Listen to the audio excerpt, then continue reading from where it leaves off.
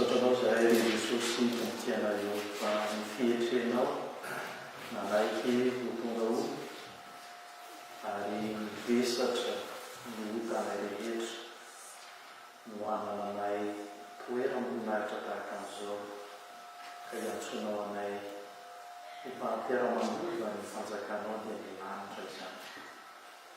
Mahatsiaro fa tsy mendrika izany voninahitra lehibe asehonao izany zay kanefa dia nataonao izany no fitiavanao anay fonengatany aminao kokoa dia tsy hanadinonay izany fanomezana lehibe natolotra ao anay izany ka mba aizanay mihazona izany hatramin'ny farany ary aizanay koa mandeha mendrika izany voninahitra asehonao izany. Dia io mpanomponao rehetra izay nataonao hanamanjara diva amin'izany fahasoavanao izany mba hifankatiky koa araka izay nataonao hididy hamantaran'olona rehetra fampianatra izahay. Dia misaotranao izay hoe ity andro amin'ity izay mbola nekenao koa miteny aminay mba mampaherezanao anay hahitanay tokoa ny vidiny izany fitiavana nasehonao izany. Dia mitenenako ampianaranay fa izay izay mpanomponao amin'ny anaranao lehibe mangatany izany. Amen. Ny ten'Andriamanitra izay anjarantsika amin'ity alahady efa fito ny alohan'ny Pasika ity dia hitantsika amin'ny Jaona voalohany ny amin'ny fahasiny roapolo ka hatramin'ny faha-efatra-polo. Jaona voalohany ny amin'ny fahasiny roapolo ka hatramin'ny faha-efatra-polo. Izao mivakinteny amin'ny anaran'i Jesosy. Ny ambitsy dia nahitan' Jesosy ary nanapina azy Jaona ka dia koa izy endro ny zanak'Andriamanitra izay manaifitra ny fahotan'izao tontolo izao. Izy no lazaiko hoe misy lehilahy avy aoriako izay efa tonga eo alohako satria tandohako izy. Ary izao tsy nahalala azy fa mba aseho amin'ny Israely izy. Izany no miavita manao batisa amin'ny rano. Ary Jaona nanambaraka nanao hoe izaho nahita ny fanahidina ary andranka tahaka ny voromailala ka nitoetra teo ambony. Ary izao tsy nahalala azy fa izay naniraka ahy manao batisa amin'ny rano no laza tamiko hoe izay ho hitanao amin'ny idinan'ny fanahy sy toerana dia izy no batao batisa amin'ny fanahy masina. Ary nahita aho ka dia manambara fa izy no zanak'Andriamanitra. Raha masonao manamasinanay amin'ny fahamarinana miteninao ny fahamarinana. Amen. Riavana malalao foko amin'ny roelany ny fahasoavana sy fiazanana ary n'Andriamanitra raitsika sy Jesosy Kristy tompony. Amen. Teny anankiray izay manaitra indrindra ary verina fa manambamitsy amin'izay ambaran'ny Jaona mpanao batisa eto dia voalaza amin'ny 7:20 hoe indro ny zanak'Andriamanitra izay manaisitra ny fahotan'izao tontolo izao. Zava-dehibe zany satria fahatamperanany teny izay efa nampitondrainy eo anjely ho an'ny Maria zany amin'ny hanononana ny anarany hamonjy hoe ny anarany atao hoe Jesosy satria hamonjy ny olona afaka mifahotany izy. Dia mifandray indrindra amin'ny teny izay ambaran'ny Jaona izany eto. Miomana amin'ny Pasika isika ankehitriny. Dia ilay Pasika izay atsiarovantsika ny fampimbanana tanteran'Andriamanitra ny amin'ny hoe hanaisotra ny fahotan'izao tontolo izao amin'ny fomba ahoana. Efa misy ireo fomba izay natao tany aloha teo amin'ny zanak'Israely ny amin'ny fanadiovana ny ilazana soratra masina azy dia ny famonoana biby teo amin'ny tempoly araka ny sokajy fahotany olona tsirairay avy. Ary mizomoka izany fomba fanadiovana izany koa dia araka ny fahatananany olona tsirairay avy. Rehefa tena tsy manana moa izy dia voromailala no entiny. Raha manana izy dia omby no entiny na omby no entiny hoe ho vonoina hanadiovana ny olona amin'ny faharatsiny. Ary tsy ny olona ihany koa fa na dia misorona aza dia mitonga fanatitra fanadiovana ho azy amin'ny ray mandeha isa-taona alohan'ny hidirana ny amin'ny atao hoe masina indrindra eo amin'ny telopolo. Tsisy afaka manatona n'Andriamanitra raha tsy manao an'izany fanadiovana izany. Kanefa na dia misy izany tsy nahafaka ny olona hiala amin'ny faharatsiny. Tsy nampiova ny olona ho tonga olom-baovao izany ary tsy tanteraky ny olona zany fa nataony amin'ny fomba hivelona fotsiny ihany. Fa mbola mipetra ao anatin'ny faharatsiny ny olona. Ary zany natezitra ny Jehova ka nahatonga ny teny tamin'ny Isaia izy hoe ity olona ity manajay amin'ny molony fa ny fony lavitra. Ny biby sy ny omby mahalala ny tompony fa ny olona i Jehova tsy mahafantatra.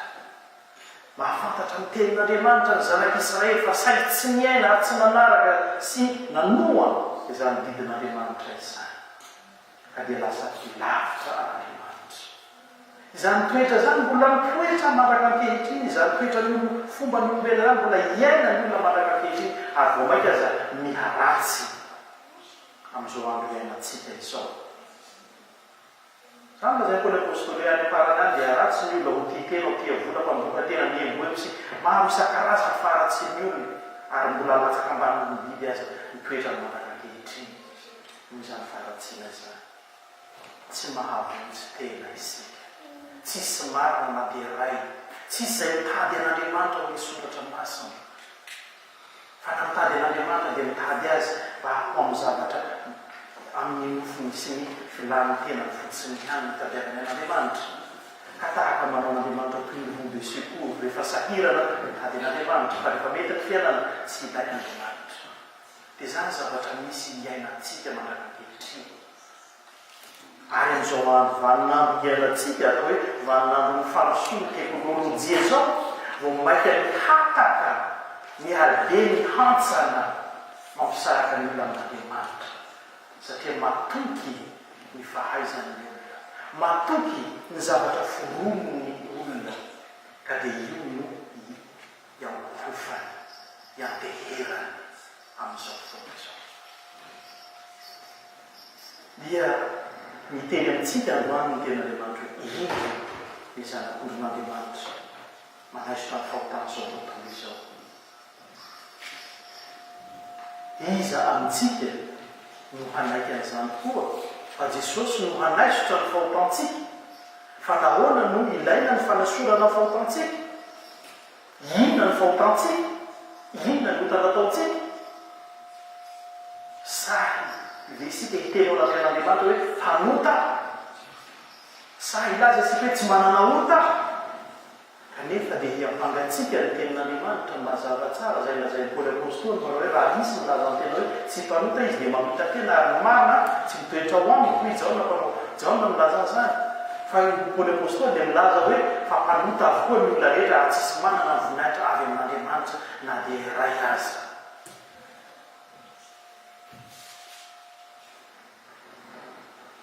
Izany no ambaran'ny tenin'Andriamanitra ny amintsika.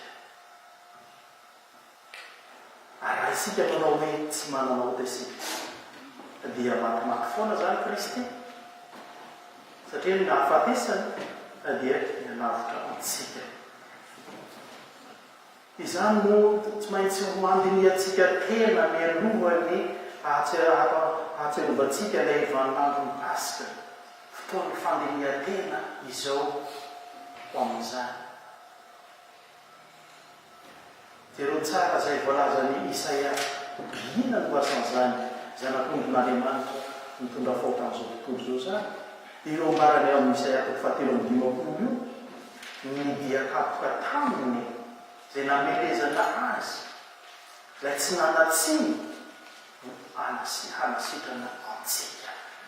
Tsy misy fanafody hoentina manarina ny fahotantsika afa-tsy ny fanatonana amin'ny Kristy Jesosy iray. Na dia mahatsiaro tena fa tsy mpanota eo anatrehan'Andriamanitra dia meloka isika, mpandova ny fahotana hatrany miaraka amin'ny Adama isika. Izao nambarany Paoly Apôstôly rehefa milaza an'izany faotana lovana izany izy.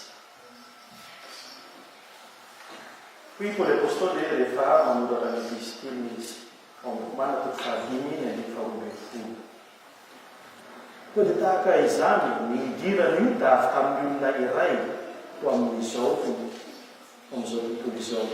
Ary ny ota no nidirany fahafatesana ka nahatratra ny olona rehetra fahafatesana satria efa nanota izy rehetra. Ny ota izay nataon'ny Adama dia mahatratra antsika ny anakavy. Ka eo anatrehan'Andriamanitra isika dia taranaka hanota avokoa. Tsisy marina na dia iray azy eo anatrehan'Andriamanitra. Akoatra ny ota izay lovaitsika, atao hoe péché originel, izay lovaitsika maha olombelonantsika, dia manana ny otantsika manokana koa isika, izay anotantsika isan'andro.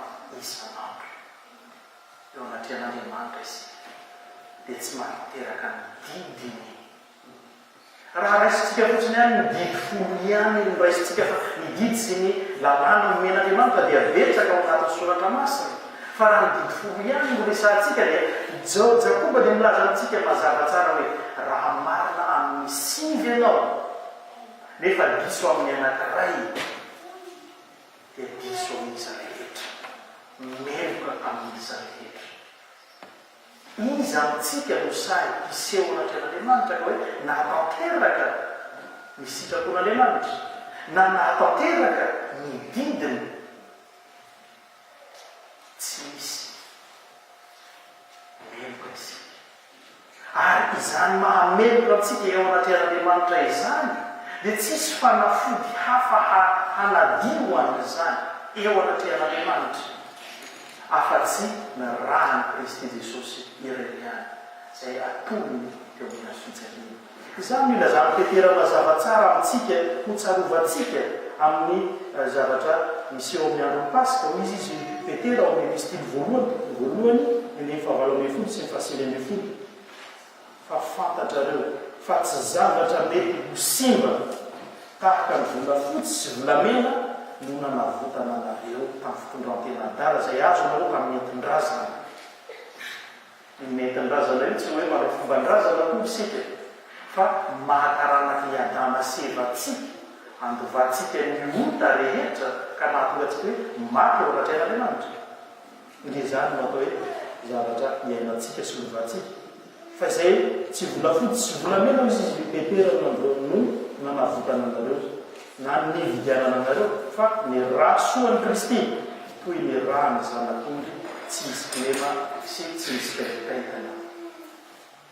Ampatsy eo Petera mazava eto ny amin'ny hoe ny rahany Kristy toy ny rahany zanak'ondry. Ary io ilay tondroiny jaona mpanao batisy hoe io ilay zanak'ondrin'Andriamanitra. Fomba fahotana zao tontolo izao. Oharina amin'ny zanak'ondry satria tsy hamany, tsy afaka hanao inona ny zanak'ondry eo anatrehan'ny mpamono azy. Eo rehefa lentaina izy, rehefa didina ny tentana, tsy afaka hitsipaka izany zanak'ondry izany.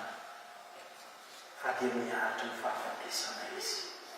Kanefa ny Paoly Petera hoe tsy rahana biby no nanavotana antsika na volafotsy na volamena koa, fa ny rano zanak'ondrin'Andriamanitra hoe Jesosy Kristy.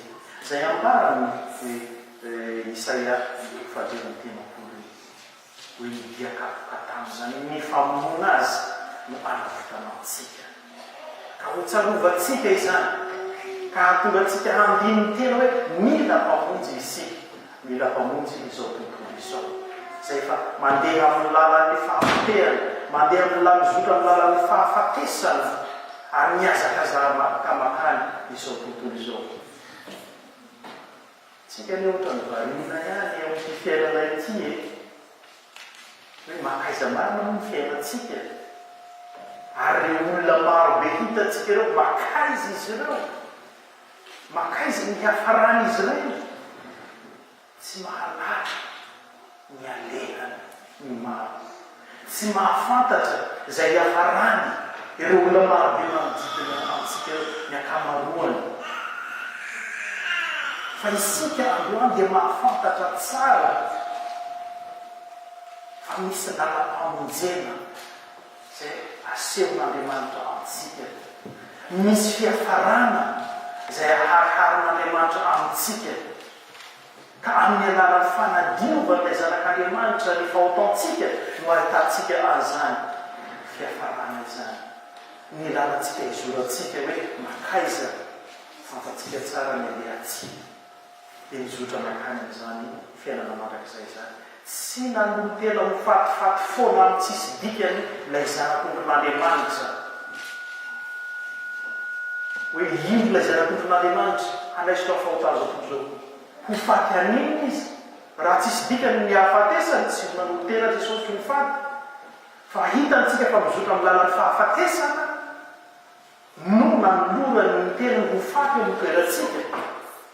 Mba hananatsika lova ao amin'ny fiainana mandrakizay.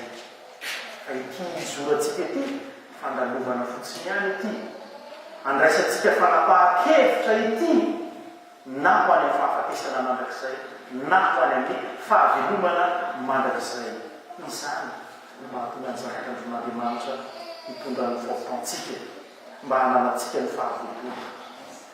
Fotoana iambiny antsika tena milohan'ny Pasika izao hahatsiarovatsika koa ny lanja ny fitiavan'Andriamanitra asianao mba tsy ho izotra makany amin'izany fahafatesana sy fahalovana mandrakizay izany. Izany no asehon'Andriamanitra amintsika amin'ity androny ity. Fa sarobidy aminy ianao. Tsy isika rehetra ihany fa ny olona rehetra sarobidy amin'Andriamanitra. Ireo nohariny tahaka ny elo sarobidy amin'Andriamanitra. Ny fahorian'Andriamanitra dia ny mahita ny olona rehetra mitanjozotra makany ny lalan'ny fahafatesana. Tsy mahita ilay zanak'ondron'Andriamanitra hoe indro ilay zanak'ondron'Andriamanitra. Isika no mahita androany ary atombo ny ten'Andriamanitra hoe io Jesosy io ilay zanak'ondron'Andriamanitra mitondra famonjena ho azao tontolo izao. Fa ny maro tsy mahita izany.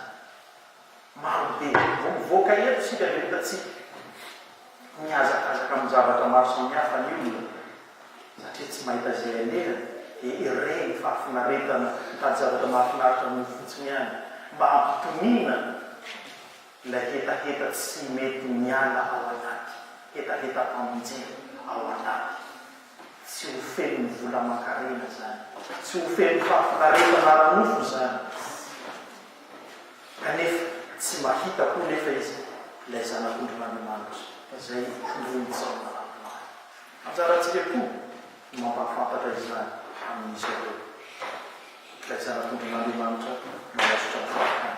Mba ho tsapany ilay fitiavan'Andriamanitra dia hanome azy ny fitsarana mandrakizay. Ho ainga ilay isika menakavy miomana amin'izany Pasika izany. Efa nandray an Jesosy ilay zanak'ondron'Andriamanitra manaisotra ny fahotaontsika isika. Izara ihany koa an Jesosy amin'ireo izay mbola tsy mahafantatra, amin'ireo izay mbola mitoetra ao anatin'ny fahafatesany fanahy. Ka miandry ianao izy hanambara koa tahaka ny jaona eto.